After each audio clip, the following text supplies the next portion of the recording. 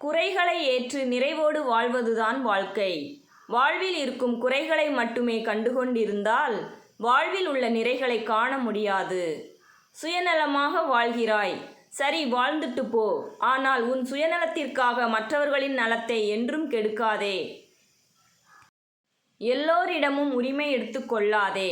உன்னை புரிந்தவரிடம் மட்டும் உரிமை எடுத்துக்கொள். இன்றைய நிலையை வைத்து எதையும் தீர்மானித்து விடாதீர்கள். காலமும் நேரமும் எப்போது வேண்டுமானாலும் மாறலாம். அடிக்கடி மன்னிக்க கற்றுக்கொள்ளுங்கள். ஆனால் நம்பிக்கை வைப்பதை மட்டும் ஒரு முறையோடு நிறுத்தி கொள்ளுங்கள். புகழ்வதை காட்டிலும் ஊக்கப்படுத்துதல் சிறந்தது. வாழ்வதை காட்டிலும் வாழ வைப்பது சிறந்தது. நான் கடவுளிடம் என் எதிரிகளிடம் இருந்து என்னை காப்பாற்றும்படி வேண்டினேன். திடீரென்று என் நண்பர்கள் எல்லாம் குறையத் தொடங்கினார்கள்.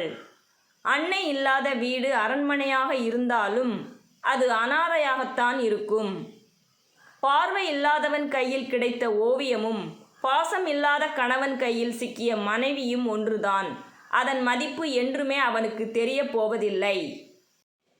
துரோகிகளிடம் நம் உறவை துண்டிப்பதில் முதலில் கடினமாக இருக்கும், நடுவில் குழப்பமாக இருக்கும், இறுதியில் அழகாக இருக்கும். வாழ்க்கையில் நிம்மதியை தரும். அறிவுரையினால் புரிந்து கொள்பவரை விட அனுபவத்திலிருந்து தெரிந்து கொள்பவரே அறிவாலும் மனதாலும் பலசாலி ஆகிறார்கள். உயர்வான அன்பளிப்புகள் தேவையில்லை. அன்பான ஊக்குவிப்பும் ஆதரவான கைப்பிடிப்பும் போதும் யாரும் முன்னேறுவதற்கு. மற்றவர்களின் சொல் கேட்டு உன்னை தாழ்த்தாதே. முடியும் என்று நினை. எல்லாமே முடியும். உன் வாழ்க்கையில் நீ இழந்தவற்றையும் பெறுவாய், உன்மேல் முழு நம்பிக்கை வைக்கையில். தான் செய்யும் தவறுகளுக்கு சாட்சி ஏதும் இல்லை என யாரும் தப்பு கணக்கு போடக்கூடாது. ஒவ்வொருவர் செயலுக்கும் ஒரு சாட்சியுண்டு, அவரவர் மனச்சாட்சி. பாயில் சாயும் காலத்தில் பக்குவமாக பேசும் அது. வாழ்க்கையை வரமாக அளித்த பெற்றோரின் விருப்பப்படி வாழுங்கள். வாழ்க்கை வசந்தமாகும். வாழ்க்கையில் வரமாக வந்த துணையிடம் விட்டு கொடுத்து வாழ்ந்து பாருங்கள். வாழ்க்கை முழுமையாகும். அவமானங்களை நினைத்து அழாதீர்கள். உங்கள் அழகான வாழ்க்கைக்கு அடித்தளமே அவமானங்கள்தான். நம் மீது பழி சுமத்தப்பட்ட பின்பு மௌனம் காப்பதை விட வேறு சிறந்த வழி ஏதும் இல்லை. ஏனெனில் காலம் தன் கடமையை செவ்வனே செய்துவிடும் நம் மீது பழி சுமத்தியவர்களுக்கு. வாழ்க்கையும் ஒரு புள்ளி போலதான். கவலையை மறந்தால் அது தொடக்க புள்ளி. கவலையை மறக்காதவனுக்கு அதுவே முற்றுப்புள்ளி. நம்பியவர்களுக்கு உதவியாக இல்லை என்றாலும் பரவாயில்லை. துரோகியாக மட்டும் இருந்து விடாதீர்கள். ஒருவர் நம்மை சிரிக்க வைக்க வேண்டும் என்று எதிர்பார்க்காதே. நம்மை அழ வைத்துவிட்டு போகும் அளவுக்கு யாரிடமும் நெருங்காதே. வாழ்க்கை நிம்மதியாயிருக்கும். இயலாமையால் இருப்பவரை கூட தேற்றிடலாம். போராமையில் இருப்பவரை தேற்றுவது மிக கடினம். தாய் சொல்வது பலருக்கும் இப்போது புரியாது. அது புரியும்போது அவர்களின் பிள்ளைகளுக்கு புரியாது. உங்களின் மரணத்திற்கு பின் உங்களை எத்தனை வேகமாய் மறப்பார்கள் என்பதை அறிந்தால் நீங்கள் இத்தனை வேகமாய் யாருக்காகவும் ஓடிக்கொண்டு இருக்க மாட்டீர்கள்.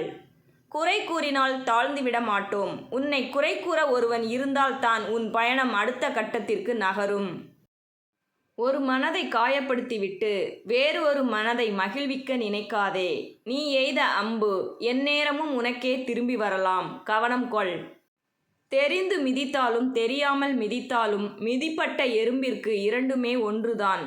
நினைப்பது போல் வாழ்க்கை எல்லோருக்கும் அமைந்து விடுவதில்லை. அழகாய் அமைந்த வாழ்க்கையை கூட சிலருக்கு வாழத் தெரிவதும் இல்லை. சந்தோஷமா வாழ்றேன்னு காட்டிக்கொள்ளத்தான் பணம் தேவைப்படுகிறது. உண்மையில் சந்தோஷமா வாழ பணம் ஒரு பொருட்டே இல்லை. அறிவு என்பது படிப்பறிவை சார்ந்தது அல்ல. நமக்கு கிடைத்த அனுபவத்தையும் சூழ்நிலையையும் வைத்து எதிர்காலத்தை கையாளும் தன்மைக்கு பெயர் அறிவு. படிப்பு கற்றுத்தருவதை விட சிலரின் நடிப்பு சிறப்பாக கற்றுத்தரும் வாழ்க்கையை. வார்த்தைகளில் உண்மை இல்லை எனில் எண்ணங்களில் தூய்மை இருக்காது. ஒவ்வொரு நாளும் பலவிதமான வேஷம் போடும் மனிதர்களின் நடுவில் உண்மை முகம் தெரியாமலே நாமும் நகர்ந்து கொண்டிருக்கிறோம். பொய்க்கு வரவேற்பு அதிகம்தான், ஆனால் உண்மைக்கு வலிமை அதிகம்.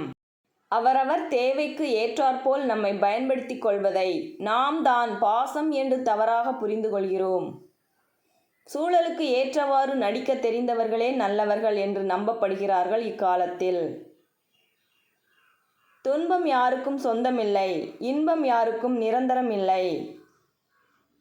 நிகழ்காலத்தை சரியாக பயன்படுத்தி கொண்டால் எதிர்காலம் நம்மை வரவேற்கும். தோற்றவனும் சிரிப்பான், வெற்றி பெற்றவனும் சிரிப்பான். சிறு வித்தியாசம் உண்டு இரண்டு சிரிப்பிற்கும் இடையில். தோல்வியைக் கண்டு பயப்படாதவனும் வெற்றியைக் கண்டு கர்வம் கொள்ளாதவனும் தான் வாழ்வில் வெற்றி பெறுவான். உனக்கு உண்மையா இருக்கிறவங்களுக்கு மட்டும் நீ உண்மையாயிரு. அதை விட்டுட்டு எல்லார்கிட்டையும் உண்மையாயிருந்தா நீ நல்லவன் இல்ல, முட்டாள். மனதில் உறுதி இருந்தால் வாழ்க்கையும் உயரும் கோபுரமாக.